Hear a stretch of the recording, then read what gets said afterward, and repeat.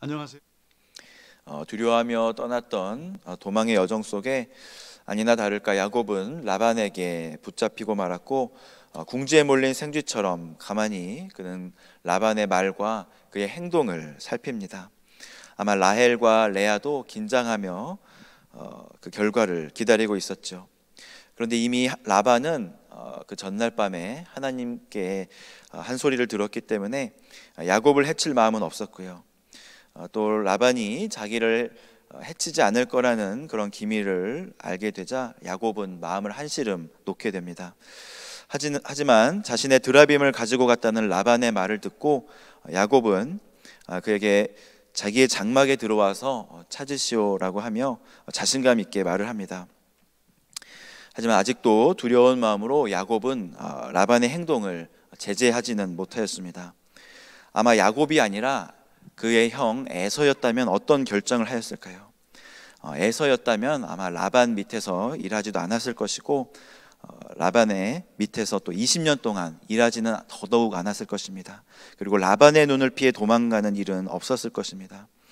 설사 도망갔다고 해도 하나님은 라반에게 꿈으로 나타나신 것이 아니라 아마 에서에게 나타나셔서 말씀하셨을 것입니다. 에서야, 내일 찾아오는 외삼촌 라반에게 선악간에 아무 말도 하지 말아라.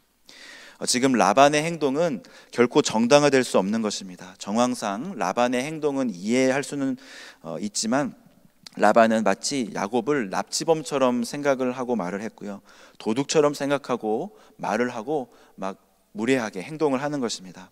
무슨 이유와 권리로 남의 장막에 들어와서 자신의 잃어버린 물건을 찾을 수 있단 말입니까? 그저 야곱이 힘이 없고 눌려 있었기에 아무 말 하지 못하고 가만히 있었을 뿐인 것이죠. 하지만 라반이 자신의 장막을 샅샅이 뒤지고도 아무것도 찾을 수 없게 되자 야곱은 참고 있던 서름과 화를 냅니다. 이렇게 속 시원한 부분이 성경에 또 있을까 싶을 정도로 야곱은 라반에게 말을 하는데 감정적으로 대응하는 것이 아니라 이성적으로 조리 있게 말을 잘합니다. 야곱은 20년의 세월 속에서 얼마나 충성되게 외삼촌의 가축들을 쳤는지 이야기합니다. 39절 말씀 함께 보겠습니다. 물려 찢긴 것은 내가 외삼촌에게로 가져가지 아니하고 낮에 도둑 맞았든지 밤에 도둑을 맞았든지 외삼촌이 그것을 내 손에서 찾았으므로 내가 스스로 그것을 보충하였으며.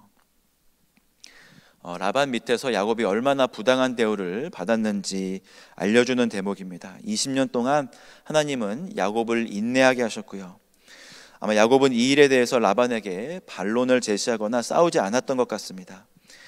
근동 지방의 일반적인 법은요, 야생 짐승이 공격하거나 또 도둑으로 인해 발생한 손실에 대해서 목자가 책임을 지지는 않았습니다.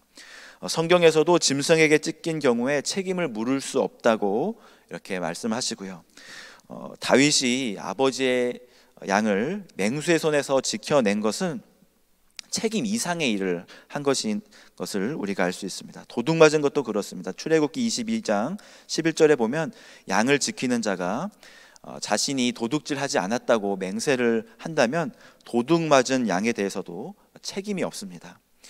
그런데 야곱은 그 모든 것에 대해서 정직하게 배상을 하였습니다. 성경에는 재미있는 표현이 나오는데요, 외삼촌이 그것을 내 손에서 찾았으므로 내가 스스로 그것을 보충하였다, 이렇게 기록이 되어 있습니다. 외삼촌은 지금까지 말도 안 되는 요구를 해왔던 것입니다. 자기의 양을 지켜주는 자에게 도둑 맞거나 짐승에게 찢긴 양을 내놓으라고 하는 사람이 어디 있으며 그런 사람 밑에서 일을 하는 사람이 또 어디 있겠습니까? 요즘 회사에서도 아무리 회사에 적자가 나도 자기 직원에게 그 손해를 배상하라고 하는 회사는 없고요, 아무리 직원의 실수라고 해도 일부러 돈을 횡령하지 않았다면 직원에게 그 손해를 돌리지 못하게 국가가 직원들을 법으로 보호해 주는 것을 우리는 압니다. 그런 라반의 밑에서 야곱은 성실하게 일하였습니다. 받은 만큼만 일하지 않았고요, 해준 만큼만 해주지 않았습니다. 40절 말씀 함께 보겠습니다. 내가 이와 같이 낮에는 더위와 밤에는 추위를 무릅쓰고 눈 붙일 겨를도 없이 지냈나이다. 부모님 집에서는 마마보이처럼 애교도 많고 또 샘도 많고 어머니 치마폭 밑에서 지냈는데 20년이라는 세월 속에 그는 연단과 훈련의 시간을 보내었던 것이죠. 야곱은 그 기간을 하나님과 함께 하였습니다. 두 딸을 라헬과 또 레아를 얻기 위해 14년을 일했고요. 6년만 품삯을 받았습니다. 그것도 7년을 일하고 나서 라헬과 함께 이제 행복한 그런 생활을 하려고 했는데 레아를 얻게 되는 것도 정말 화날 만한 일이었습니다. 야곱이 만약 삼손이었다면 라반은 결코 남의 아내를 가지고 장난을 치지 않았을 것입니다. 왜냐하면 그는 이익에 민감한 사람이라 사소한 일에 목숨을 거는 일은 하지 않았을 테니까요.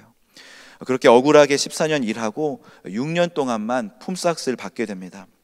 그런데 매년 연봉 협상하는 것도 아니고 10번이나 품삯을 바꾸었다고 하는 것이죠. 임금을 안 줄 수는 없으니까 최대한 불리하게 계약을 맺는 것입니다. 나중에는 하다 안 돼서 야곱이 직접 계약을 맺습니다. 어떤 계약을 하냐면요, 아롱진 것과 점 있는 것과 검은 양을 자기가 가지고 가겠다고 이렇게 하였던 것이죠. 양들은 대부분 털이 힙니다. 얼룩덜룩한 양을 제가 본 기억이 별로 없고요, 점 있는 양이 많지 않은 것이죠. 그러니까 대충 이렇게 섞여 있는 양들을 치다가 확률적으로 적은 아롱진 것을 가지고 가겠다, 이러한 계약이었던 것입니다. 그런데요, 라반은 또 그 정도로 착하지도 않았습니다. 거기에 한술 더 얹어서 검은 양들을 싹 모아다가 자기의 아들 보고 치라고 합니다. 그리고 야곱의 양과 3일길을 떨어져서 칩니다. 그래서 거의 흰 양만 야곱이 치게 되는 것이죠. 룰이 완전히 공정하지 않았습니다. 마치 이삭이 우물을 파면 빼앗고 우물을 파면 빼앗았던 블레셋 사람처럼 그런 행동을 하는 것입니다. 가족이라고 생각하면 과연 이럴 수 있었을까? 족한데요. 야곱이 열심히 일해서 번 수입이 다 자기의 것인 양 라반은 생각했고요, 다르게 생각해 보면 라반이 야곱을 미워했던 것은 아닐까, 이 정도까지 생각이 되는 것입니다. 슬프지만 그것이 현실이었습니다. 그 슬픈 현실을 견디게 해준 것은 오직 하나님이었고요, 그는 그 고통의 시간 속에서 성숙해져 나갔습니다.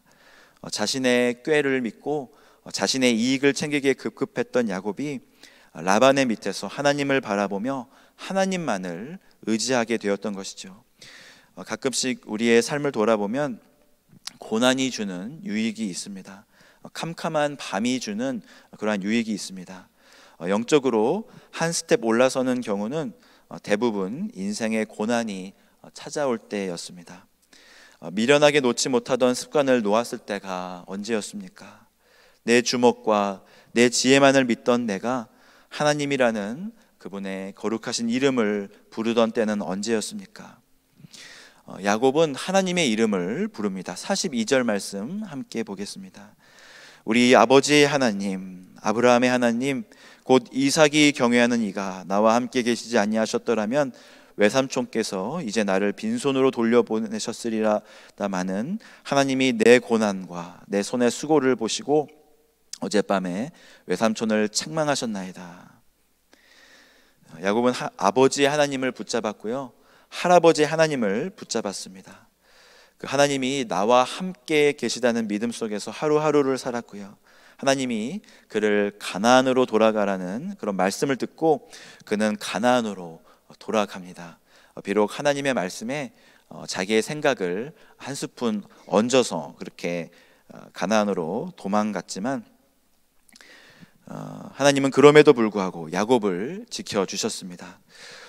오늘 우리는 누구를 붙잡고 있습니까? 하나님이 우리와 함께 계심을 믿는다면 우리의 환경이 비록 어둡고 또 녹록지 않더라도 우리는 인내하며 승리할 수 있습니다. 오늘 하루도 주님 붙잡고 승리하는 하루 되시기를 축복합니다. 이 시간 말씀을 놓고 함께 기도하겠습니다.